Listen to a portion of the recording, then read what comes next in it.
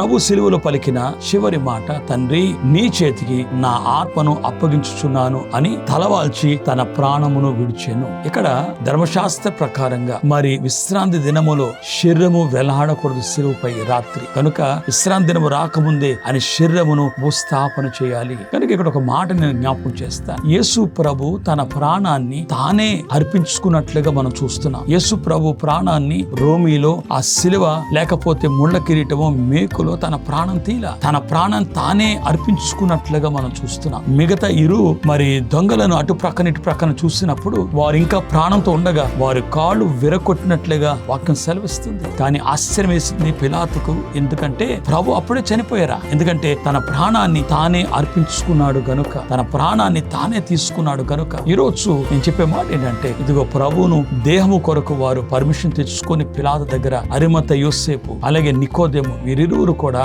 మరి దేవునికి రహస్య శిష్యులు. మరి ఈ శిష్యులు వెళ్లి బహిరంగంగా ప్రభును దేహమును అరిగి వారు సొంత తోటలో అరిమత యోసేపు యొక్క తోటలో ప్రభు దేహమును చక్కగా సిద్ధపరిచి చక్కటి నారబట్టలతోను అలాగే ప్రభు దేహముకు సుగంధ ద్రవ్యములతోను అగరతోను వారు సిద్ధపరిచి ప్రభు శరీరమును వారు భూస్థాపన చేసిరి అని మీకు మనవి చేస్తున్నా. గనక ప్రియమైన దేవుని పిల్లలారా, మనము కూడా జ్ఞాపకం చేసుకోవాలంటే ప్రభు మరణం వలన మనకు తెలిసింది ఏంటంటే, ఒకవేళ మనము కూడా రాకడ సజీవులు ఎత్తబడితే పర్వాలేదు, కానీ ఒకవేళ మరణం వచ్చినా మనం తెలుసుకోవాల్సిన ధైర్యం ఏంటంటే, ప్రభు మరణించారు కానీ తిరిగి లేచినట్లు మనం కూడా తిరిగి లేస్తామనే నిరీక్షణ విశ్వాసాన్ని కలిగించడానికి ప్రభు ఇట్టి కార్యం జరిగించారు కనుక ప్రభు మరణం ద్వారా ఎలాంటి మేలు కావాలో అట్టి దీవెన దేవుడు మీకు అనుగ్రహించును గాక. ఆమేన్.